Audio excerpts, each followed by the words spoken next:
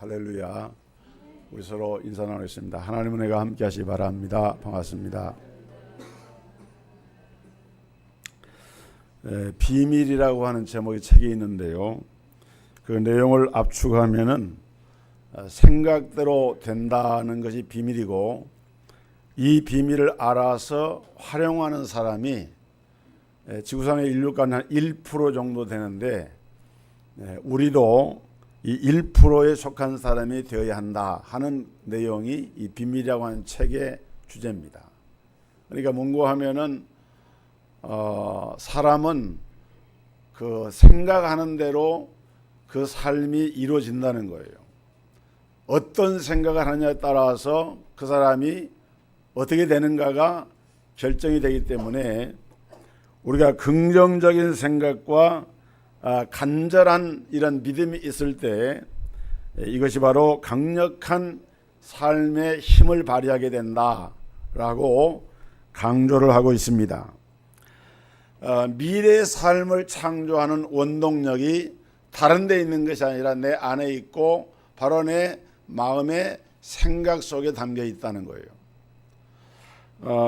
이 강력한 법칙의 힘은 우리가 잘못된 사례를 역으로 생각해 보면 더 쉽게 이해가 갑니다. 예를 들어서 나는 안 돼, 나는 할 수 없어, 이런 부정적인 생각을 하면은 결국은 그 사람은 안 될 수밖에 없고 할 수 없게 되고 만다는 것이죠. 그 생각이 자기를 끌어당기고 거기에 갇혀서 나쁜 일이 결국은 벌어지고 말기 때문에, 성경에도 보면은 이와 똑같은 이야기가 표현만 다르게 나옵니다. 예를 들어서 마태복음 11장 마태복음 21장 22절에 보면은 너희가 기도할 때에 무엇이든지 믿고 구하는 것은 다 받으리라 하시니라. 너희가 기도할 때에 무엇이든지 믿고 구하는 것은 다 받으리라 그랬어요. 또 마가복음 11장 23절에는 내가 진실로 너희에게 이르노니 이 산더러 들려 바다에 던져지라 하며 그 말하는 것이 이룰 줄을 믿고 마음에 의심치 아니하면 그대로 되리라. 마음에 의심하지 아니하면 그대로 되리라. 그러니까 생각한 대로 된다, 이렇게 말씀을 하고 있는 것이죠. 여러분, 한자로 이 생각 사자는 바전자 밑에다가 마음심자를 이렇게 붙여놓은 글자가 생각 사자입니다. 그러니까 마음이라고 하는 이 밭이 있는데, 그 마음이라고 하는 밭에서 나오는 것이 생각이라는 거예요. 사람들은 오래전부터 이 사람의 마음의 생각이 중요하다고 하는 것을 알았습니다. 유명한 얘기죠. 원효대사가 이렇게 그 불법을 구하러 멀리 이렇게 중국을 가다가 이제 압록강을 건너서 어느 지역에서 해가 저물어 가지고 밤이 깊어 가지고 거기에서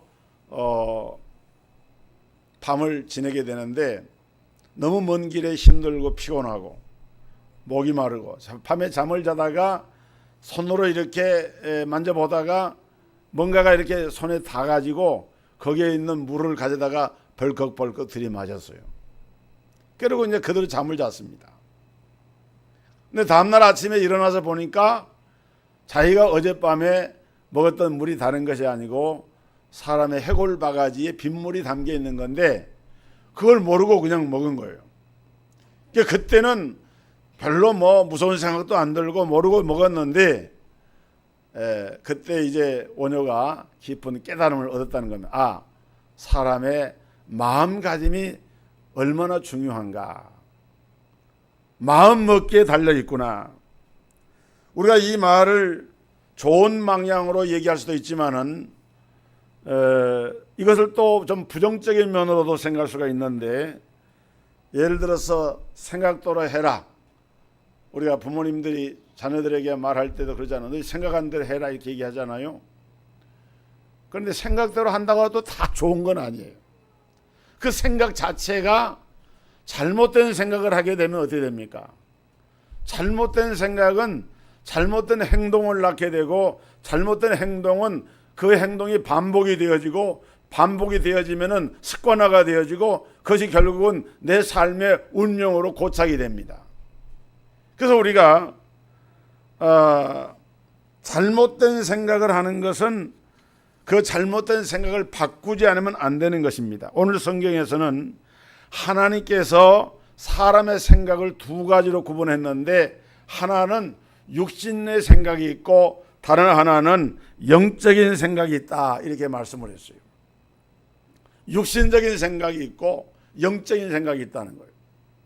그래서 사람은 우리 안에 두 가지 생각이 항상 일어나는데, 하나는 육적인 생각이고 다른 하나는 영적인 생각을 합니다. 오늘 본문을 보니까 육신을 따르는 자는 육신의 일을, 영을 따르는 자는 영의 일을 생각하나니 육신의 생각은 사망이요 영의 생각은 생명과 평안이니라. 육신의 생각은 하나님과 원수가 되나니 이는 하나님의 법에 굴복치 아니할 뿐 아니라 할 수도 없습니다, 그랬어요. 여러분의 생각은 여러분의 감정과 여러분의 행동과 여러분의 신체 반응에 아주 중요한 영향을 미칩니다. 여러분의 마음이 즐겁고 재미가 있고 생각이 진취적이고 긍정적이 되면은 여러분의 그 몸에 그 육체의 세포도 막 활달하게 일어나면서 긍정적이 되고 진취적이 되고 뭔가 생기발랄한 이러한 그 역사가 우리 몸 안에서 일어나게 되면 신진대사가 긍정적으로 일어나는 것이죠. 근데 마음이 어둡습니다. 침울합니다. 앞이 캄캄합니다. 그러면은 우리 몸의 세포 조직도 그 세포의 활동도 약해지게 되고 부정적이 되고, 그래서 몸이 쇠약해지는 결과를 가져옵니다. 그래서 이 사람의 생각은 건강에도 크게 영향을 미치게 됩니다. 암 선고를 받은 환자가 생각을 어떻게 갖느냐에 따라서 그 사람의 남은 생존 기간이 결정이 되기도 합니다. 세상에는 암 선고를 받고도 믿음으로 투병을 하면서 암을 이긴 사람들도 많습니다. 암에 대한 생각을 긍정적으로 바꿔가지고 그 생각의 힘이 그에게 힘이 되어서 암세포를 다스리게 되는 거예요. 그런가 하면 어떤 사람은 암에 걸렸는데 그야말로 급하게 죽는 사람도 있습니다. 죽음을 두려워하면서 잠을 자지 못하고 번민하면서 고민하다 보니까 암세포가 더욱더 활성화되어져 가지고 결국은 남은 생명의 잔여 기간이 단축되어 버리는 그런 결과를 가져온다는 거예요. 여러분, 우리가 운전을 해보면은 운전할 때 시동을 걸어놓고 이제 전진 기아를 넣습니다. 그러면 차가 앞으로 갑니다. 페달을 밟으면은. 그런데 후진 기아를 넣어놓고 페달을 밟으면 어떻게 됩니까? 차가 앞으로 가는 게 아니라 뒤로 갑니다. 앞으로 가느냐 뒤로 가느냐, 기아를 넣는 게 따르는, 이 기아가 뭐냐면은 사람의 생각과 같은 거예요. 내가 어떤 마음과 생각을 갖냐에 따라서 내 삶이 앞으로 전진을 할 수도 있고, 내가 어떤 생각을 가지냐에 따라서 내 삶이 뒤로 후퇴를 할 수도 있습니다. 여러분, 똑같은 시간에 같은 장소에서 저수지를 바라보면서 낚시를 좋아하는 강태공은 물고기 낚을 생각을 합니다. 근데 수영 선수는 그 물을 보면서 수영하기 좋겠다라고 생각합니다. 보트를 타는 사람은 그 물을 보면서 이 물에 보트 한번 타면 좋겠다라고 생각을 합니다. 사진을 찍기 좋아하는 사람은 그 물의 조명과 이런 걸 보면서 좋은 이런 각도가, 사진을 찍을 수 있는 좋은 각도가 나겠다라고 생각을 하는 거예요. 여러분, 신발에 관심 있는 신발 장사는 길 가면서 다른 사람들이 신고 다니는 신발만 쳐다봅니다. 왜냐하면 생각이 거기 있으니까. 미용사는 길을 걸어가면서도 괜히 지나가는 아주머니 머리를 보면서 저 머리가 저 이상한데 하면서 머리를 생각을 하는 거예요. 저 같은 목사의 경우는 길을 가다가 이런 시골이나 도시나 이렇게 가다 보면은 항상 교회가 관심이 있으니까 이 교회는 참 잘 지었구나, 이 교회는 방향을 좋게 했구나, 저거는 인테리어가 잘 됐네, 이런 걸 자꾸 보게 되는. 왜냐하면 생각이 내 마음에 가지고 있는 방향이 그런 방향으로 가니까 자꾸 연결이 되는 거예요. 여러분, 자기가 속해 있는 데 따라서 보는 것도 다르고 생각하는 것도 다른데, 오늘 여러분들은 하나님의 은혜를 생각하면서 여러분의 마음속에 늘 감사하는 마음을 가지게 되기를 주의 이름으로 축복합니다. 자, 여러분, 오늘 본문 말씀 속에서 우리가 배우게 되는 중요한 교훈은 인생이라고 하는 것은 생각을 어떻게 하느냐에 따라서 바뀌어질 수 있다 하는 중요한 사실을 우리가 알아야 한다는 거예요. 성경 이사야 26장 3절에 보니까 주께서 심지가 견고한 자를 평강에서 평강으로 지키시리니 이는 그가 주를 신뢰함이니이다 그랬습니다. 여기서 심지가 견고하다, 그 말은 무슨 말입니까? 심지가 견고하다, 이 말은 하나님만을 굳게 붙잡고 의지하는 마음을 말합니다. 여러분, 우리 동석교회 성도들은, 오늘 여기 먼 주의 성도들은 여러분이 지금까지도 그러해 왔지만은 남은 생애를 사시면서도 주 예수 그리스도, 우리의 생명의 주가 되시는 하나님을 바라보는 여러분의 마음이, 그 심지가 견고한 심지와 같이 주님 앞에 온전히 바르게 세워져서 흔들림이 없게 되기를 주의 이름으로 축원합니다. 세상이 아무리 바뀌고 아무리 풍조가 변해도 우리 예수 믿는 사람들은 예수가 최고인 거예요. 하나님을 나의 하나님으로 섬기는 그 믿음을 내가 견고히 붙잡으면은 아무리 태풍이 불어오고 뭐 쏠리기 불어오고 대단한 것이 불어와도 그것이 문제가 안 되는 거예요. 여러분, 사람의 마음은 둘 중에 하나인데요, 하나는 성전이 되든지 다른 하나는 마귀 운동장이 되든지 둘 중에 하나입니다. 성전은 뭐냐? 성경 고린도전서 3장 10절에 보니까 너희 마음이 하나님의 성령의 전인 줄을 너희가 스스로 알지 못하느냐. 여러분, 여러분의 마음의 생각이 하나님께로 향하여 심지가 견고하게 세워지면은 그 마음을 하나님이 성전의 터를 삼고 그 안에 거하시게 됩니다. 내 마음은 주님을 모신 마음이 됩니다. 그것이 바로 하나님의 성전이에요. 그런데 내 마음이 하나님을 모시지 아니하면은 내 마음에 누가 들어옵니까? 마귀가 들어와서 제멋대로 이리 뛰고 저리 뛰고 마귀 장날이 되고 마귀 운동장이 돼가지고 내 마음을 마음대로 마귀가 유린을 한다는 거예요. 그래서 우리는 오늘 우리 마음이 중요합니다. 그래서 유명한 솔로몬 왕은 잠언 4장 23절에서 무릇 지킬 만한 것보다 더욱 내 마음을 지키라. 생명의 근원이 이에서 남이니라. 여러분의 마음에 그 마음이라고 하는 것이 생명의 근원이 되기 때문에 그것을 지키라고 그렇게 말씀을 하고 있는 거예요. 그러면 우리는 우리 마음속에다가 구체적으로 어떤 생각을 해야 할 것인가? 먼저 우리는 성령님이 주시는 생각을 해야 합니다. 오늘 본문 5절에 보니까 성령을 따르는 자는 영의 일을 생각을 한다 그랬어요. 영의 일을 생각을 한다. 성령께서 생각을 하신다는 거예요. 성령 인도로 살면은 생명이 살게 되고 평안을 맛보게 되고 교회를 생각하게 되고 이웃을 위해서 봉사하고 싶은 마음이 드러나게 되고 어떤 세속적인 가치를 가지고 삶을 평가하는 것이 아니라 영적인 기준을 가지고 바라보기 때문에 평가하는 것이 달라지는 거예요. 보는 것이 다르고 느끼는 것이 다르고 생각하는 것이 다릅니다.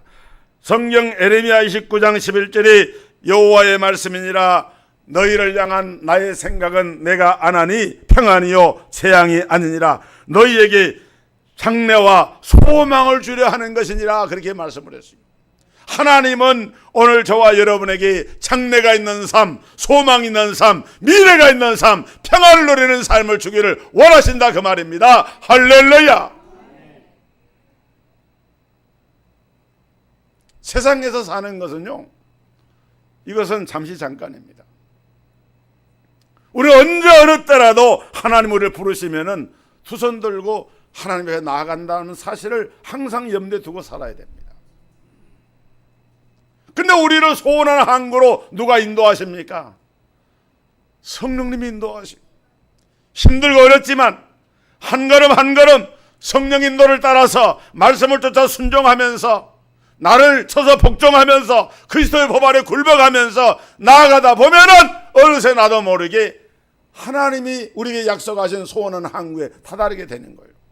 그런데 생각이 자꾸 세상 것에만 머물러 가지고, 육신적인 것에만 머물러 가지고, 땅에 썩어질 것에만 머물러 가지고, 주님은 생각하지 않고 말씀은 마음속에 묵상하지 않고 늘 세상적인 것의 기준에다가 거기다가 마음을 두게 되면은 자신도 모르는 사이에 여러분 우리 혈관에 기름기가 이렇게 끼게 되면은 혈관이 나중에 어떻게 됩니까? 혈관이 그 안에 막히죠, 이렇게.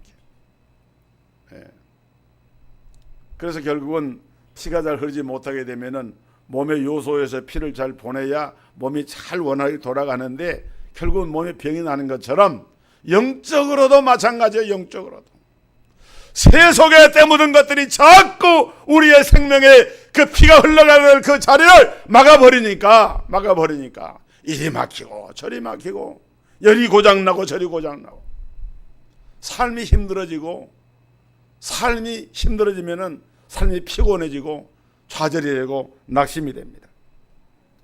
그렇기 때문에 우리는 성령이 주시는 생각을 항상 마음에 받아들여야 합니다. 반대로 마귀가 주는 생각을 어떻게 됩니까? 갖다가 어떻게 해야 돼요? 버려야 돼요. 갖다가 버려야 돼요. 옛날에 시골에서 우리 어머니들 밥 지을 때 가마솥에다가 밥 올려놓고 장작이나 지푸라기 이런 나무를 갖다가 불을 떼잖아요. 불을 뗀 다음에 어떻게 합니까? 다 씻고 나중에 또 불 떼려면 그냥 그대로 떼면 안 그럽니다. 달랑개 가지고 그 안에 재를 다 끌어내야 돼요.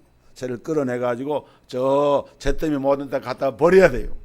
그런 것처럼 여러분 마귀가 우리에게 가져오는 생각도 이 달랑개를 가지고 끌어 모아 가지고 갖다가 버려야 돼요. 왜냐하면은 이 마귀는 하나님의 말씀을 거역하고 불순종하고 싶은 이런 생각을 우리 마음속에 자꾸 일으킵니다. 성경 요한복음 13장 2절에 보니까 가룟 유다의 마음속에 예수님을 팔려고 하는 생각을 준 자가 누구냐? 바로 가룟 유다를 하죠. 예수를 팔려는 생각을 주었더니 마귀는 육신에 속한 생각을 하게 합니다. 그게 가룟 유다에 가만히 보니까 손해보고 싶지가 않은 거예요. 왜냐하면 가룟 유다는 영적인 사람이 아니고 세속적인 사람이기 때문에 영적인 것을 사모하는 마음이 없어요.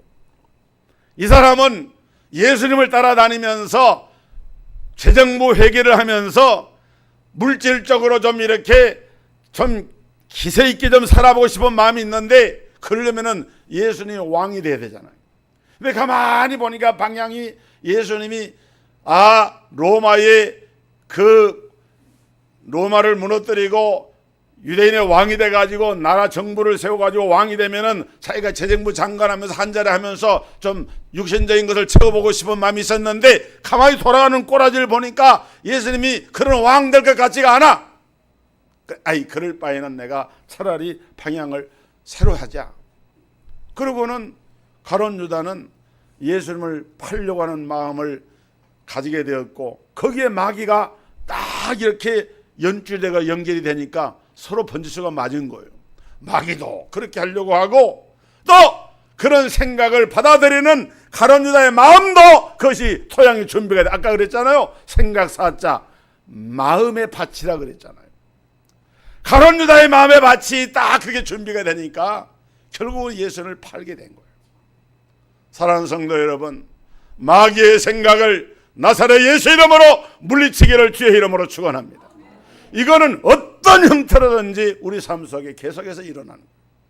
그것이 정욕의 막이든지 재물의 막이든지 교만의 막이든지 세상 염려의 막이든지 어떤 것이라도 마귀가 가져다주는 생각을 달랑개로 죄를 다 걸러 모아서 잿간에다 버리는 것처럼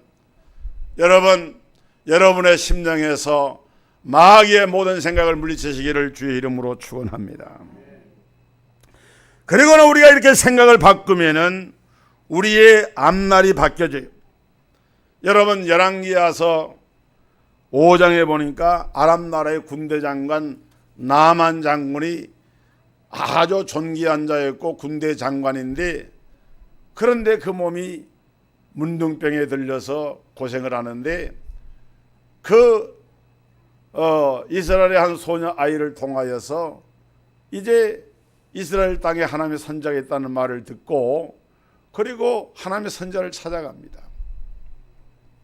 근데 선자를 찾아갔더니 선자가 엘리사 선자가 요단강에 몸을 7번 씻으라 이런 말을 하니까 이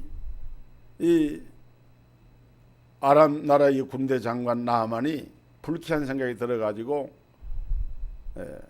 내가 살고 있는 아르발강이나 다메섹 강은 맑고 깨끗한데 이까진 무슨 사실 요단강 저도 가봤지만은 강 보면은 강 같지도 않아요.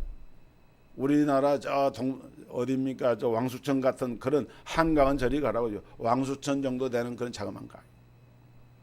그러니까 그런 강의 모습을 보면서 불평하면서 돌아가려고 하는데 그때 그 신하 중에 한 사람이 왕에게 얘기를 합니다.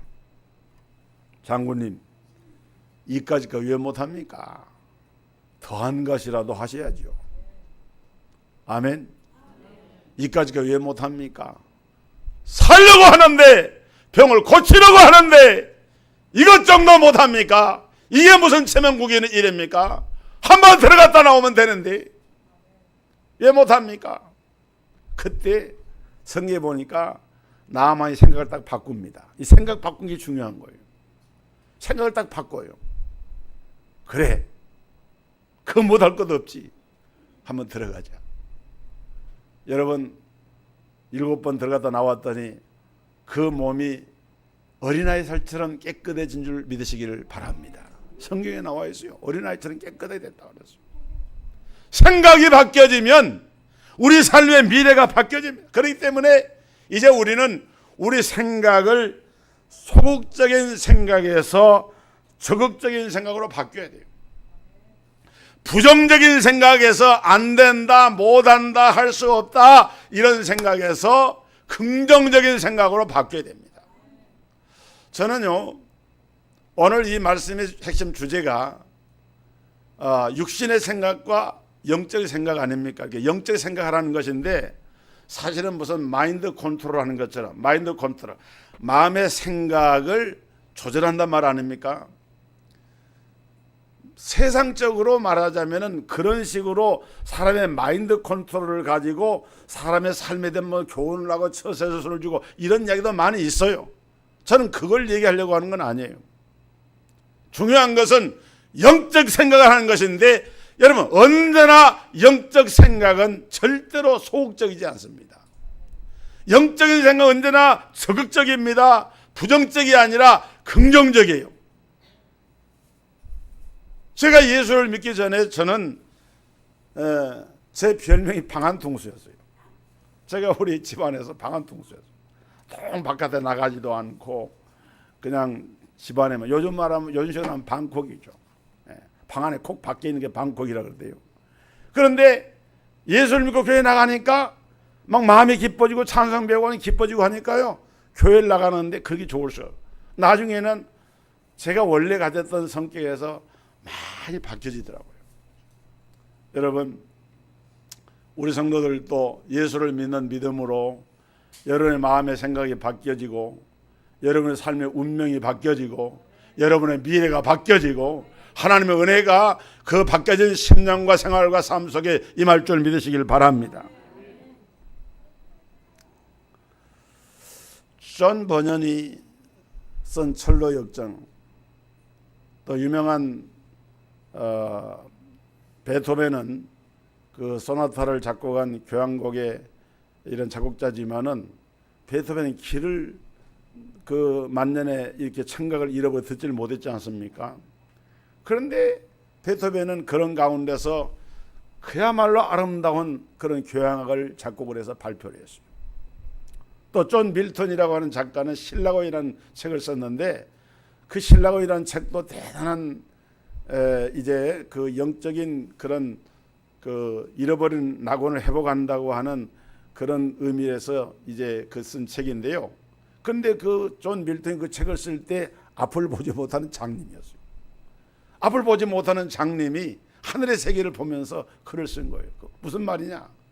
우리가 처해 있는 환경이나 여건의 부정적인 것들은 아무리 그것이 부정적이고 어렵다 하더라도 그 안에 주 예수를 믿는 믿음, 하나님을 믿는 믿음을 가지게 되면 우리가 긍정적이 되고 적적이 될 수 있다는 거예요.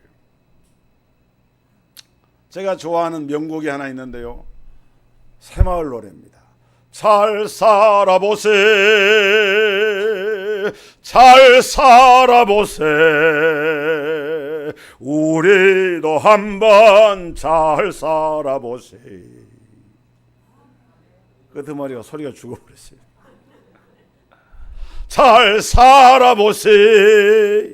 이 박정희 대통령이 새마을 노래예요. 지은 거예요. 여러분, 민수기 13장에 보면은 이스라엘 12정탐꾼이 가나안 땅을 정탐하고 돌아와서 보고할 때 10명의 정탐꾼들은 부정적인 보고를 했고 여호수아와 갈렙은 할 수 있다. 저들 우리 밥이다. 이게 뭐냐면은 성령의 생각이고 긍정적인 믿음에서 나온 그와 같은 보고예요. 결국 두 사람은 가나안 땅에 들어갑니다. 나머지 10사람의 정탐꾼들과 그 출애굽했던 그 장정들은 다 광야에서 죽고 말았어요. 긍정적인 말과 생각이 긍정적인 삶의 결과를 가져오는 걸 보여주고 있는 거예요. 저는 정치적인 이유를 가지고 이 얘기를 하는 게 아니고요. 정치적인 면에서는 공과가 있습니다. 그러나 우리 대한민국의 역사 가운데서 우리가 현대사니까요. 불과 한 50년 전 얘기니까 우리가 꼭 기억해야 될 일이 하나 있는데 그것이 뭔가 하면은 이제 제가 잘 살아보세요 노래했습니다마는 우리나라가요. 1961년도에 5월 16일 날 군대를 앞세워 집권한 박정희 장군이 하면 된다고 하는 의지만 확고하면 무엇이든지 이룰 수가 있다는 생각을 가지게 된 거 우리 민족에게 큰 복인 거예요. 큰 복입니다. 여러분, 경제는 의욕만 가지고 되는 일이 아닙니다. 집권하면서 공약대로 절망과 기하선상에서 허덕이는 민생고를 해결하고자 하는 열망은 강했지만은 안타깝게도 돈이 없어요. 해방됐죠. 6.25 전쟁 났죠. 4.19 혁명 나고 5.16 군사 정변이 일어나고 나라가 이태롭고 이런 가운데서 정권은 잡았지만은 박정희가 할 수 있는 일이 없습니다. 그래서 1961년 11월에 미국의 원조를 기대하고 미국에 가서 존 F 케네디 대통령을 만납니다. 한미회담, 정상회담을 하죠. 그런데 사실은 그때 문전박대를 당해서 가긴 갔지만은 미국 정부가 군사 정변 5.16 자체를 곱지 않은 눈길로 보고 있었습니다. 거기다가 한국에다가 돈을 빌려주면은 쿠데타를 인정하는 꼴이 된다. 국제적인 그런 보는 시각에 따라서 그 당시 말레이시아나 아시아의 베트남이나 필리핀 등에서 연이어 쿠데타가 일어날 수 있는 가능성이 있었기 때문에 미국 정부가 한국 정부를 지원할 수가 없는 거예요. 미국의 금융기관들도 야박하게 퇴짜를 놓기 시작했습니다.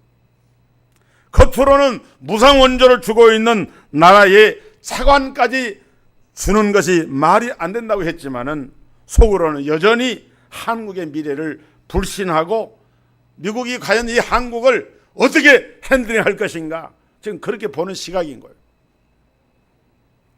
미국 다음으로 기댈 수 있는 나라가 일본이었습니다. 일본은 전후에 막 부흥이 일어나고 있는 때였거든요. 그런데 일본의 입장에서는 그 당시 한일 간의 국교가 아직 정상화되어 있지 않은 상태, 국교가 없은 상태이기 때문에 돈을 빌려준다는 건 상상조차 할 수 없습니다. 이때 박정희가 새로운 나라를 주목한 것이 있는데 그게 뭐냐면은 라인강의 기적으로 불리우는 신흥 강대국으로 부상하고 있던 서독이었습니다. 그 당시 서독 경제는 1950년부터 매년 연평균 8%대의 실질 성장을 기록하고 있었습니다. 우리처럼 똑같이 분단의 이런 아픔과 패전의 상처를 딛고 당당하게 일어서는 이 서독의 모습을 보면서 우리도 전쟁의 잿더미에서 한강의 기적을 이뤄보자 이런 생각을 가진 거예요. 그래서 박정희 군사정부가 1961년 말에 정래역 상공부 장관을 주축으로 차관교섭 사절단을 구성해서 서독으로 보내기로 했습니다. 그런데 그 당시 주 독일 대사관에도 사절단에도 독일어를 제대로 할 줄 아는 사람이 없었어요. 수소문 끝에 알아보니까 이승만 대통령 시절에 국비 유학생으로 서독 뉘른베르크 에르랑겐데에서 경제학 박사학위를 받고 귀국한 그 당시 경제학 박사 1호였던 백영훈 교수가 안테나에 걸렸습니다. 이 백영훈 교수는 그 당시 중앙대 교수로 재직을 했는데 나중에 한국산업개발연구원장을 지내기도 했습니다. 사절단이 서독에 도착을 하긴 했지만은 관료 중 누구도 한국 사람을 만나주려 하지 않았어요. 당시 우리 처지는 지금으로 치면은 아프리카 최빈국 같은 나라였습니다. 듣도 보도 못한 가난한 나라에서 차관교섭 사절단이라고 갑자기 찾아와서 돈을 빌려달라고 하는데 누가 과연 만나주기나 하겠습니까? 당시 서독의 경제장관은 2년 뒤에는 총리가 되는 루트비히 에르하르트라고 하는 사람인데 그때 이 백 교수는 국립 끝에 에르하르트 장관과 같은 대학을 나온 자신의 대학의 은사를 찾아갑니다. 한국의 딱한 사정 이야기를 하면서 장관을 만나게 해달라고 요청을 했지만은 만날 수가 없어요. 그래서 그때 자기 은사를 통해서 매일 그 장관 집에 대문 앞에서 6시에 교수댁 앞으로 가가지고 그 사모님 밖으로 나올 때 기다리다가 마주치면은 눈물로 호소했습니다. 사모님, 절 좀 살려주세요. 장관 좀 만나게 해주세요. 그렇게 일주일이 지나자 은사에게서 연락이 왔습니다. 차관과의 약속을 잡았다는 겁니다. 1961년 12월 11일 날 한국 사절단은 마침내 루트커 베스트리크 차관과 만나게 되고 그 이튿날에는 장관까지 만나게 되고 마침내 1억 5천만 마르크, 당시 돈으로 3천만 달러의 상업 차관을 빌리는데 성공을 합니다. 이게 우리나라가 해방 이후에 우리 정부가 외국의 차관을 공식적으로 받아들인 최초의 차관이에요.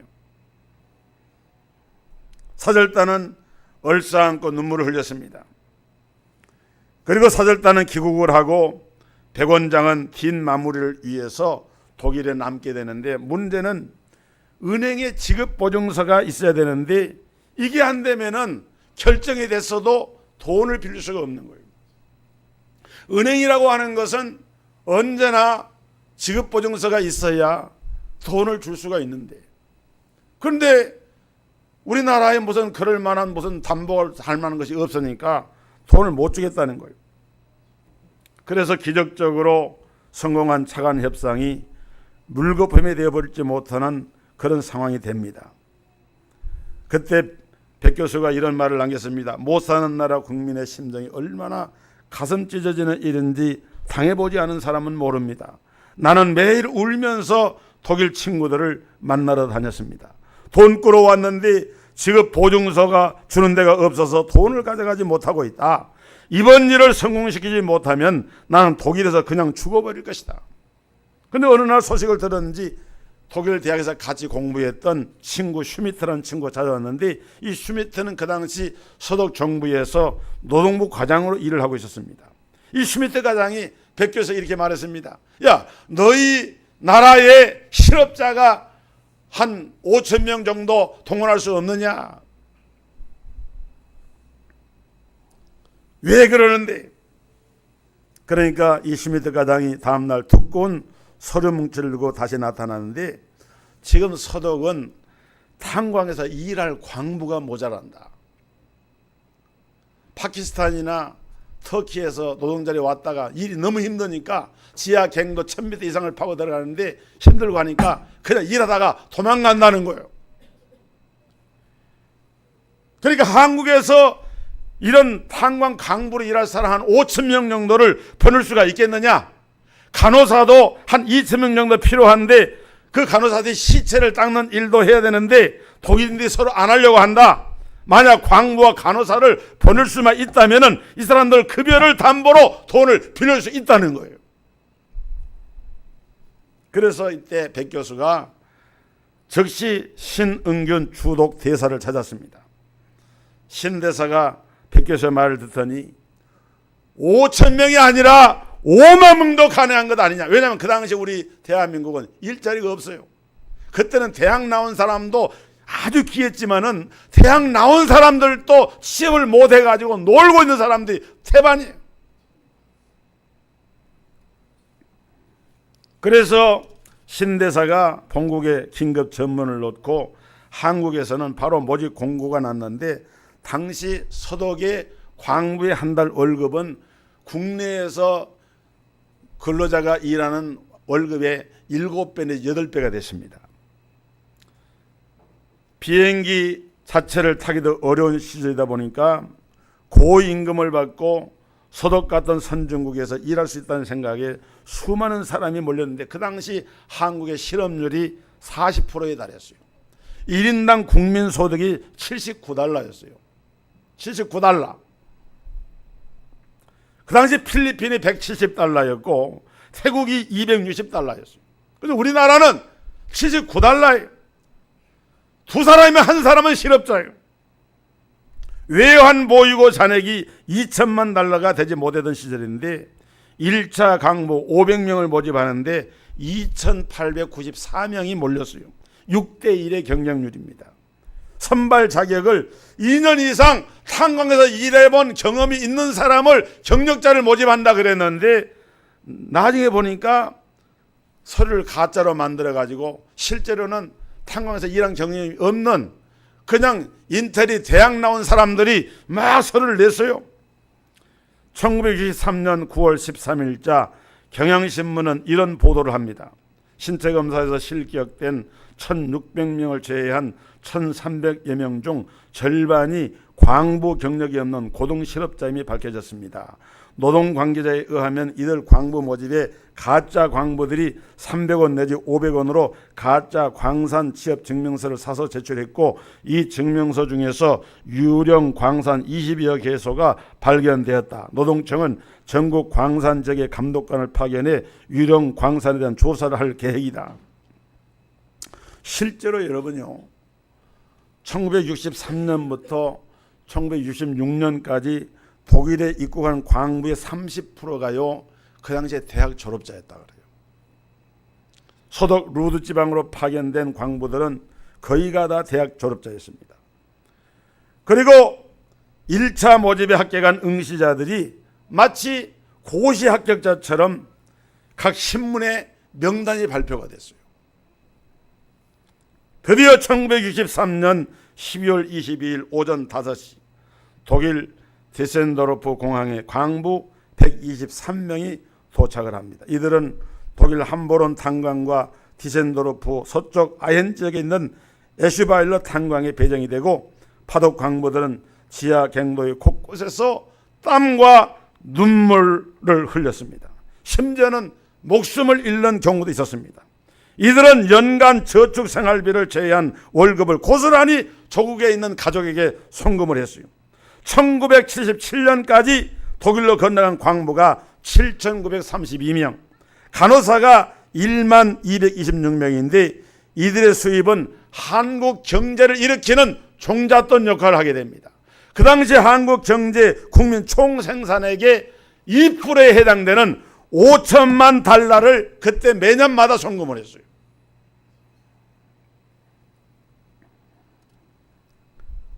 이들의 급여는 모두 코메르츠 뱅크를 통해서 한국에 송금이 되었고 3년간 한국에 돌아갈 수 없고 적금과 함께 한 달 봉급이 일정액은 반드시 송금을 해야 된다. 이런 계약 조건 아래서 그야말로 독일 광부들 간호사들은 피눈물 나는 그런 작업 현장에서 일을 했습니다. 그리고 코메르츠 뱅크가 직업 보증을 서서 차관 도입이 이루어져서 우여곡절 끝에 이 차관 미션을 성공적으로 완수한 백 교수는 지친 몸을 이끌고 귀국한 뒤에 다시 중앙대 교수로 복직을 하게 됩니다. 여러분, 이게 우리나라의 불과 한 50년 전 얘기거든요. 그로부터 3년이 지난 1964년 말 백 원장은 다시 한번 박정희 대통령의 급작스러운 호출을 받습니다. 제가 준비한 원고가 제가 일부러 이 내용을 최근에 발췌를 해가지고 원고를 작성하면서 여러분들이 꼭 한번 들려드리죠. 제가 이 글을 저는 이게 글이 아니고 제게 어떤 분이 카톡에다 글하고 영상을 보낸 것을 제가 카톡에 글이 넘어간 걸 전부 다 봐가면서 이걸 다시 옮겨서 이 타이핑을 한 거예요. 그래서 제가 그 내용을 읽으면서 제가 막 울었어요. 혼자서 엉엉 울었어요. 그래서 오늘 좀 설교 시간은 10분 좀 길어지는데 이 얘기를 마저 제가 끝을 내고 설교를 마치겠습니다. 박 대통령은 그 전해인 1923년 10월 군정을 끝내고 민간인 자격으로 대통령 선거에 출마해서 15만 표라고 하는 근소한 차로 윤보선 후보를 누르고 제3공화국의 대통령이 됐습니다. 그리고 박 대통령은 이 백 교수를 현관까지 나와서 기다려 맞으면서 그에게 한 번만 더 도와달라고 부탁을 했습니다. 그 당시 서독의 대통령이 하인리 리브케 대통령인데 박 대통령을 국빈 자격으로 초청을 했는데 통역관이 되어달라는 거예요. 서독으로 떠날 날만 기다리고 있던 어느 날인데 청와대 회의가 있다고 해서 가보니까 아주 심각한 표정이었어요. 서독으로 갈 비행기가 없다는 거예요. 당초 5만 달러를 주고 20일 동안 미국의 노스웨스트 에어라인에서 비행기를 빌렸는데 미국의 의회가 쿠데타로 집권한 한국 군인이 박정희를 말한 거죠. 미국 비행기를 이용하면 다른 나라를 자극한다고 갑자기 취소를 해버린 거예요. 독일 방문 열흘을 남겨두고 백 교수는 그 자리에서 대통령 특사로 임명이 돼가지고 당장 서독으로 날아가서 서독 정부의 비행기를 제공해달라고 부탁하라는 거였습니다. 백 교수는 국립 끝에 일제강점기 때 독일에서 유학을 했고 제3공화국 초대 총리를 지낸 바 있었던 최두선 그 당시 동아일보 사장에게 부탁을 해서 서독으로 날아갔습니다. 최 전 사장은 독일의 두터운 인맥을 가지고 있었습니다. 백 교수 일행은 박정희 대통령의 방독 일정을 상의하겠다며 리브케 대통령의 비서실장과 노동부 차관을 함께 만나게 됩니다. 이 자리에서 비행기 얘기를 꺼내려고 하니까 입이 떨어지가 않습니다. 아니, 일국의 대통령이 국빈 방문하면서 타고 올 비행기도 없어가지고 초청하는 나라에 비행기를 보내달라고 그 말을 하려고 하니까 이거 어떻게 말이 입이 떨어지지 않는 거죠. 그렇지만 두 눈을 크게 뜨고 용기를 내서 운을 띄었습니다. 우리는 비행기가 없습니다. 서독이 잘 사는 나라니까 비행기 좀 제공해주면 안 되겠습니까? 말을 하니까 거기 있는 사람이 다들 기가 막히게 된 표정입니다. 독일 관료들이 그 백 교수가 쓴 글입니다. 독일 관료들이 한동안 물끄러미 우리를 쳐다보더니 일단 돌아가라고 했다. 우리는 안 된 줄 알았다. 떠나기 사흘 전까지 연락이 없었으니까. 그러다 떠나기 직전 비행기를 제공하겠다는 연락이 왔다. 결국 1964년 12월 3일 홍콩을 경유해 서독으로 돌아가는 루프트한자 여객기가 경로를 변경해 서울에 착륙했다. 박 대통령이 그 비행기를 타고 독일에 갔다. 그러니까 독일에 간 대통령 전용기가 아니라 일반 사람들이 상용 노선에 지향 중인 비행기에 박 대통령 거기에 타가지고 홍콩, 방콕, 뉴델리, 카라치, 카이로, 로마, 프랑크푸르트를 거쳐서 쾰른 공항까지 무려 28시간이나 돌아가는 그런 경로를 통해서 독일 땅을 밟게 됩니다. 우리나라 대통령이.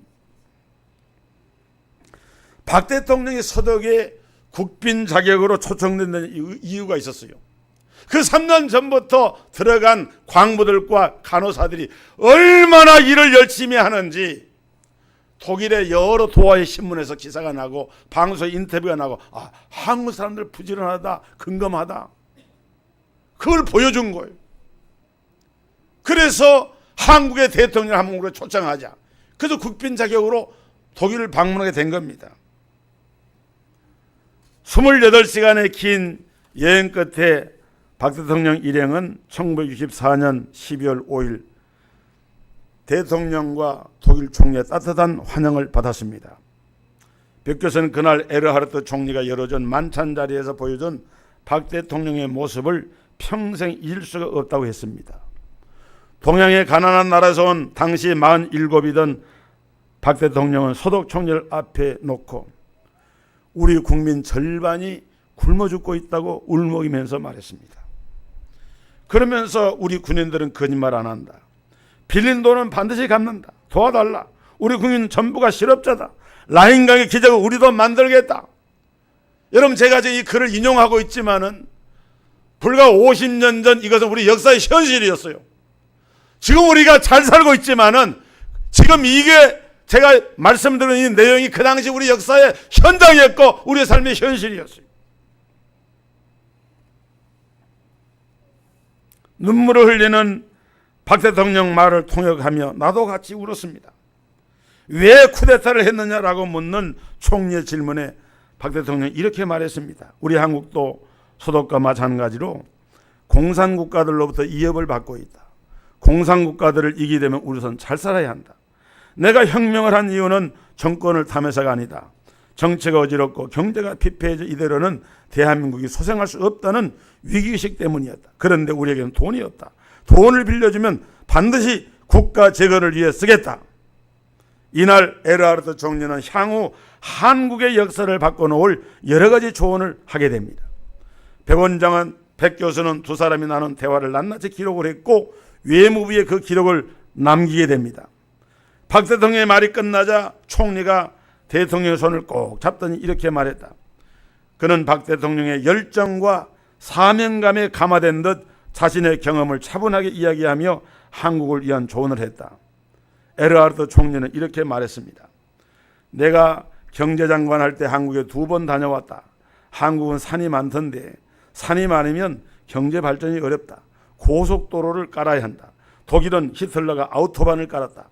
고속도로를 깔면 그 다음엔 자동차가 다녀야 한다. 국민차 폭스바겐도 히틀러 때 만든 것이다. 눈을 반짝이는 박 대통령을 바라보며 총리의 말이 이어졌다. 자동차를 만들려면 철이 필요하니 제철 공장을 만들어야 한다. 연료도 필요하니 정유 공장도 필요하다. 경제가 안정되려면 중산층이 탄탄해야 하는데 그러면 중소기업을 육성해야 한다. 우리가 돕겠다. 경제 고문을 보내주겠다. 여러분, 지금 이 에르하르트 총리하고 박정희 대통령이 그때 나눈 그 대화가요, 우리 한국 경제의 기본 초석을 까는 이야기 거기 다 나와요.